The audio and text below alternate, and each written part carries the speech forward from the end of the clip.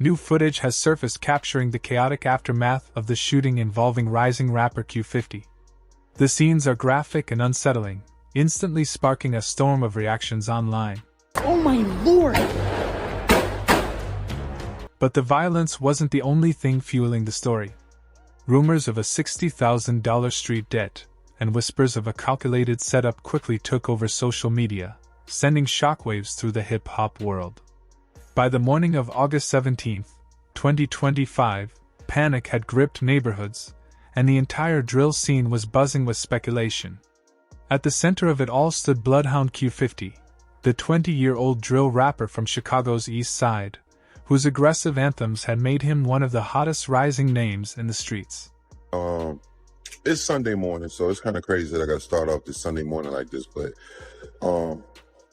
Chicago artist, Blood Hound Q50, notoriously linked to RIP, Blood Hound, Lil Jeff, was shot up last night in St. Louis. Him and, or four people, I guess, I don't know if it's him and four people or four people all together. They was all hit up. You seen the car was put on flats. They saying that all of them is in critical condition. The first wave of reports painted a grim picture. Posts claimed Q50's car had been ambushed in St. Louis, Missouri, riddled with over 60 rounds from Dracos, leaving him and four others badly injured. Some even claimed surveillance footage existed, though its authenticity was questionable. Adding fuel to the fire, rumors pointed fingers at local rappers CTS Lou Wick and Ree Houdini, allegedly retaliating over a brewing feud with Q50. And as you see in the beginning, he is one of them guys, man, that he's gonna taunt people. That's the thing Q50 do. He taunt people. Instagram and Twitter erupted as unverified clips began to circulate. One video in particular, captioned, "Check on Blood Hound Q50," showed flashing lights outside what appeared to be a hospital. Within hours, hashtags related to Q50 were trending nationwide, with fans fearing the worst. I don't really know how old Juice was when he died. I know he was young though for sure. The hip-hop community responded instantly. From TikTok to Twitter, fans and peers alike flooded timelines with prayers and shock. Messages like, "Damn, sending love to Q50 and his people," and "Hope he pulls through," echoed across platforms. For a generation that has already witnessed countless rappers lost to street violence, the news struck like deja vu. I'm gonna be honest, if trying to be gangster was ever a category in the Olympics, a dude like Q50 would most definitely succeed in that, bro. I don't feel sorry for. Quickly, the narrative shifted. To many, Q50 wasn't just another victim. He was an artist whose street reputation and gang ties seemed destined to collide with tragedy. His lyrics were seen as blueprints of his lifestyle, and critics argued that this was the inevitable cost of authenticity in the drill scene. Did y'all see this? I don't think I'm covering this through the mainstream anyway. It said Blood Hound Q50 got shot. Now, this guy, some of y'all might know him. Yet even as the internet ran wild with claims, doubts started creeping in.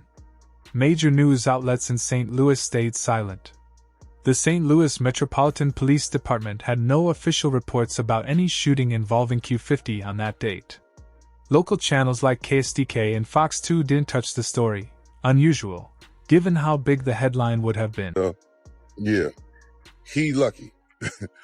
You talking about St. Louis and you robbed in St. Louis? Because allegedly he took somebody's chain for $60,000 in St. Louis. And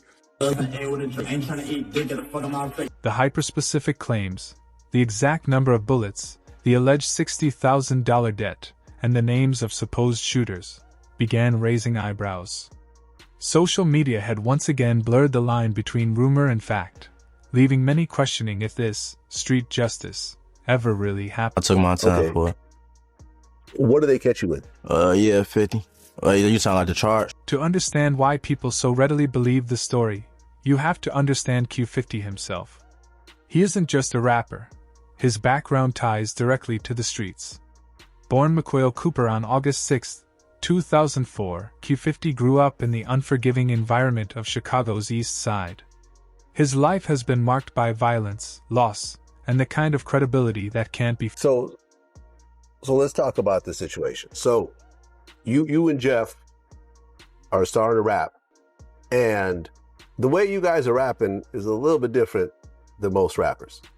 Q50 came up around 79th Street and Maryland Avenue, a zone synonymous with struggle and danger. His early years were unstable, bouncing between Chicago and Gary, Indiana, and struggling in school. After being expelled for bringing a BB gun to class, his mother pulled him out altogether.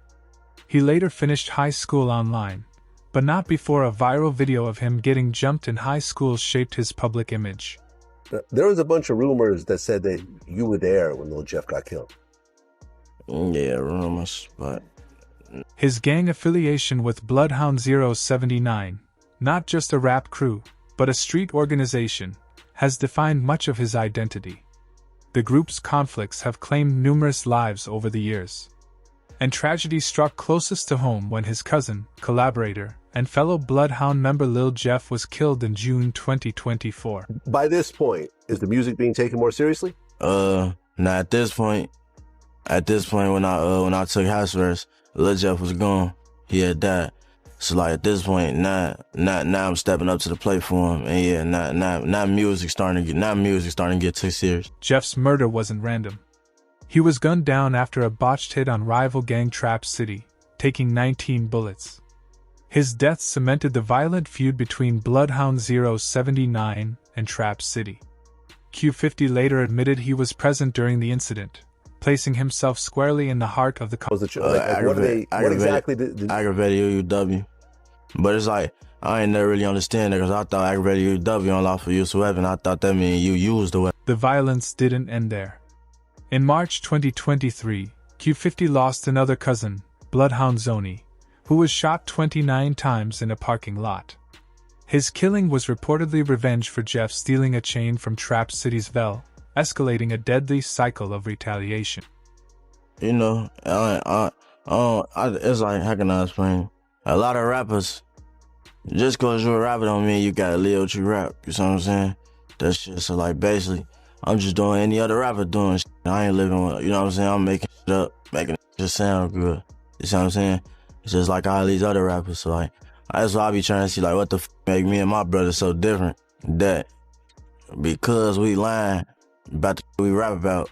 That's what I know. That's what I know rappers will do. Q50 himself isn't without a record. In 2025, he served a year in jail for possession of a modified firearm with a switch, a weapon designed for fully automatic fire. The conviction reinforced his reputation as someone deeply tied to real street warfare. Now, why that title? That's just something I always say before my songs, like a little slogan I came up with. Like that was just something I knew I had to do. Like that's something I wanted to do when I started rapping. Like I got to come up with something catchy that's gonna catch their attention, and that's what I came up with. Musically, Q50 leaned into this image. On tracks like Splash Brothers, he boasted about catching 8 bodies, later clarifying in interviews that these were inspired by video games, not confessions. Still, the line between art and reality blurred. A documentary even alleged he and Jeff claimed orchestrating hits for money, though Q50 dismissed it as misinterpretation. Publicity stunt. So that was just fake? Yeah. Well, I'm gonna say, despite controversy, Q50's career surged after Jeff's death.